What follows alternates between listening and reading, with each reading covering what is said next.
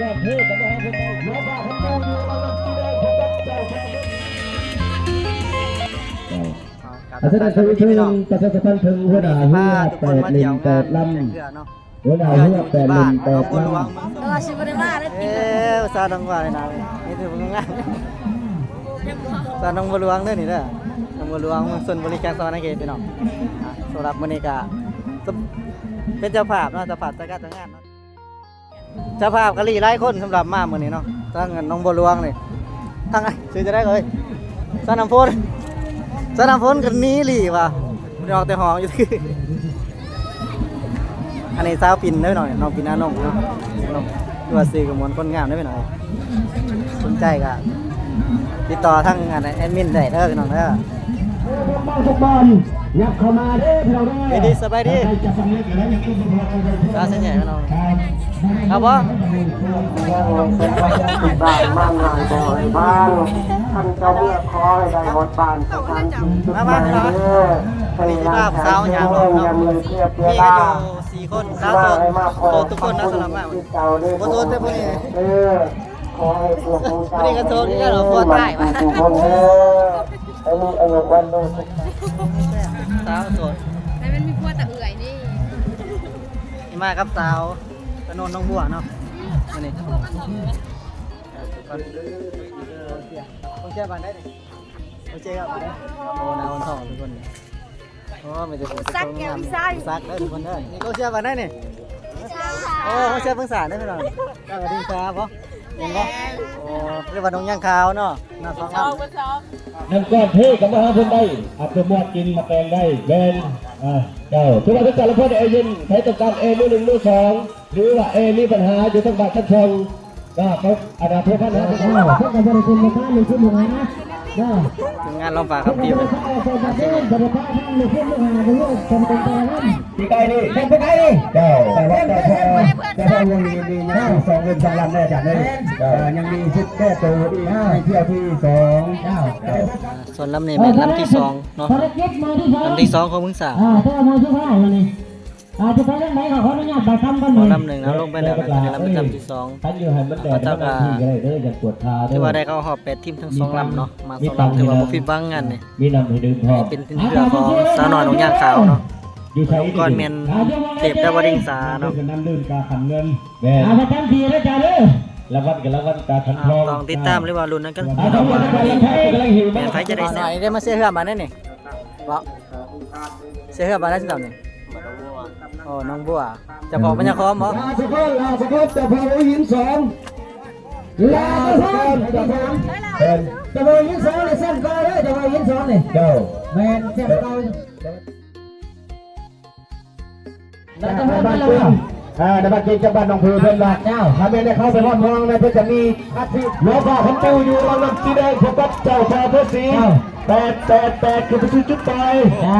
สาวหน่อยลูกกระยะขาวพบกับปูสักแก้วมีไส้คือไปซื้อจุดไปเลยสาวหน่อยลูกกระยะขาวขึ้นหัวก็ได้กันหรอได้กันหรอก็ได้กันหรอ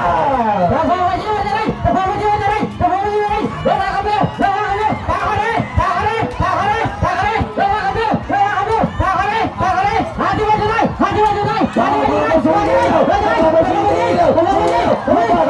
เจ้าพ่อพระจุลหาที่เขาเชิญใคร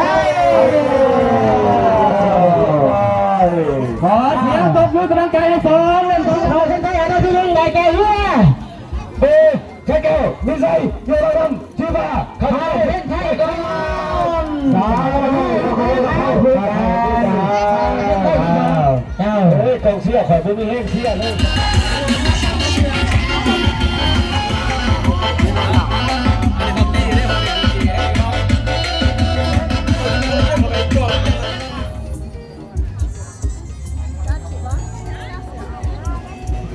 เดี๋ยวจะทายหูไปเลย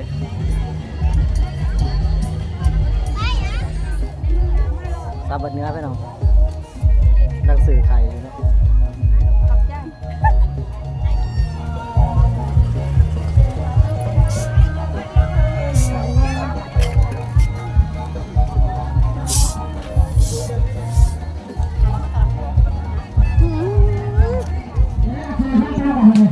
สาว ามา2คนเลยสำหรับมันมานขนาด แสดงกำลังนี่เพื่อแสดงอะไรแสดงความดีได้เลยแต่เขาจะเป็นบริมาอาจารย์สอนเอา5 2เป็นบริมา พี่ผู้บ่าวอยู่บ้านนะอยู่บ้านนะ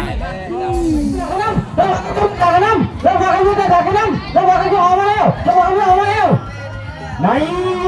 เลยช่องกลางมันกำลัง2 เล่ม2 เล่ม2 เล่ม2 เล่มพ่อเขาพูดกับโทษไป2 เล่ม 2 เล่มยังดีบอกยังบอกอะไรยังดีกันอะไรยังคอยพ่อกันจัดกันเข้ามายัดกันเข้ามาได้บ่มีกันได้บ่มี หมอนี่มาบ้างผู้ชี้แซมเท่าไรได้ที่เท่าไรที่หนังป้าเก่งป้าบ้านนี่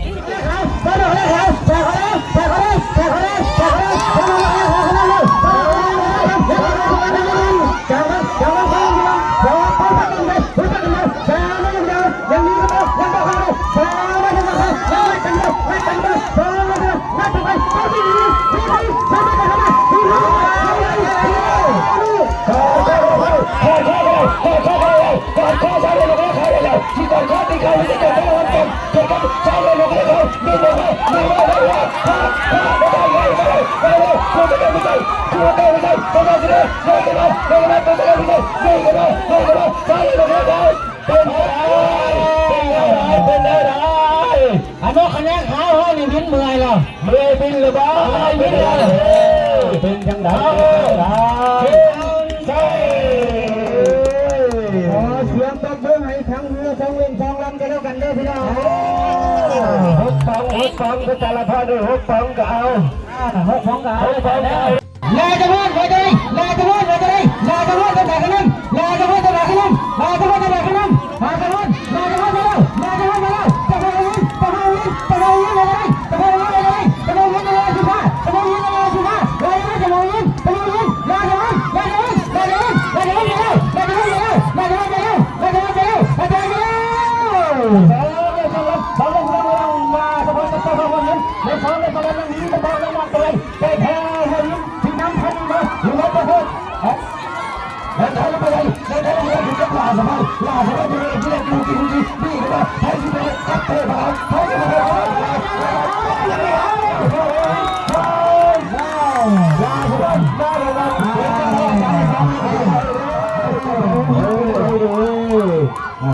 กำลังบดจัน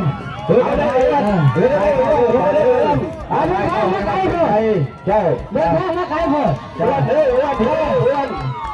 จะขึ้นมาตัวจะพอเขายิงนั่นเองเพื่อนเขา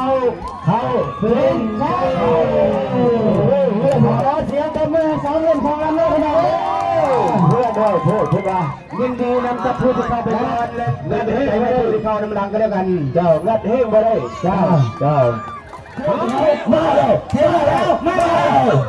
ป้าแล้วเจ้าฟังวินป้าแล้วไอ้ข้าวมาวันนี้ใส่ใส่เพื่อรับเพื่อก็ได้เพื่อคณะผู้จัดการแข่งขันขออนุญาตรายงานผลสำเร็จการแข่งขันส่วนเรือที่น้องบ้านน้องหลวงบ้านดงบุหลวงในวันที่14-15 เดือนมกราคม 2016 ห้ามมาได้ก่อนเลยห้าม งานบุญส่งเรือประเพณีที่หนองหลวงบ้านหนองบัวหลวงได้จัดขึ้นการแข่งขันแม่นมีอยู่2 วันคือวันที่4และวันที่15ในนั้นมีเรือเข้าร่วมทั้งหมด13 ลำมีเรือจากกลางเมืองก็คือเมือง2 คน3 ลำเมืองชลบุรี10 ลำการจัดการแข่งขันแม่นได้แบ่งออกเป็น4 สายคือสายก็3 ลำสายขอ3 ลำสายคอ3 ลำและสายงอ4 ลำ ตอนนี้มีการบอกรางวัลนะพี่น้อง ที่ว่าเป็นการเลือกเจ้าขอขอบใจทางวันใจทักษะในบ้านหนองบัวหลวงให้เกียรติมอบของขวัญ อัน ราง นี้ วัล ปัจจุบันวันที่8เนาะที่8 เพื่อเป็นการมอบครับขอความทางนี้ข้าพเจ้าขอเชิญต่างหน้าเทียมเพื่อเมืองข้าครับเทียมเพื่อราชพรเทียมเพื่อผู้สักเที่ยวมีไซและอันดับที่ 1ต่างหน้าเทียมเพื่อเทพพระขาวขอเชิญ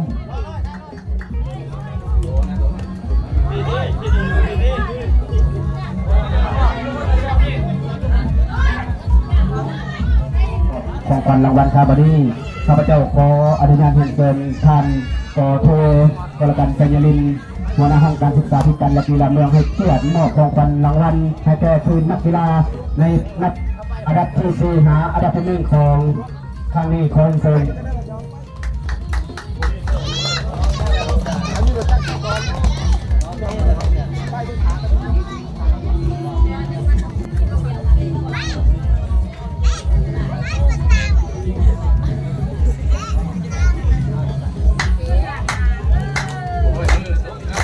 ตบมือด้วยตบมือด้วยประชาสัมพันธ์ถึงหัวหน้าเรือเจ้าพ่อหัวหินจะได้มาพัวพันทางอนุกรรมการในมันยังเจ้า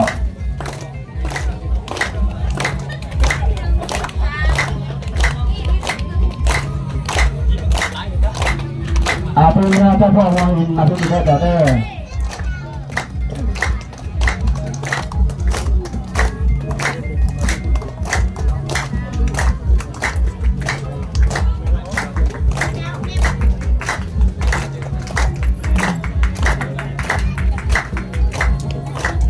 ถือว่าเป็นที่ยินดีชมเชยเอากับทีมนักกีฬาทุกภาคส่วนที่ให้การให้ความสำคัญกับเรื่องงานกีฬามาจากนั้น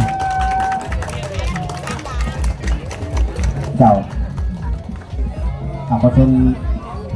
ไทยหุบเขาเป็นท่านบ้านไทยท่านในบ้านลำไส้คุณเขาที่หุบเจ้าขออนุญาตทุกคนทางองค์ยท่านหลังฟอมก็จะ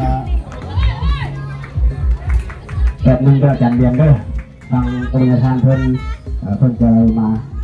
ถ่ายรูปท่านนำใจได้เดี๋ยวพอได้ถ่ายรูปเพิ่นก็จะอาจารย์ทุกคนเอาตัวออกไปเลย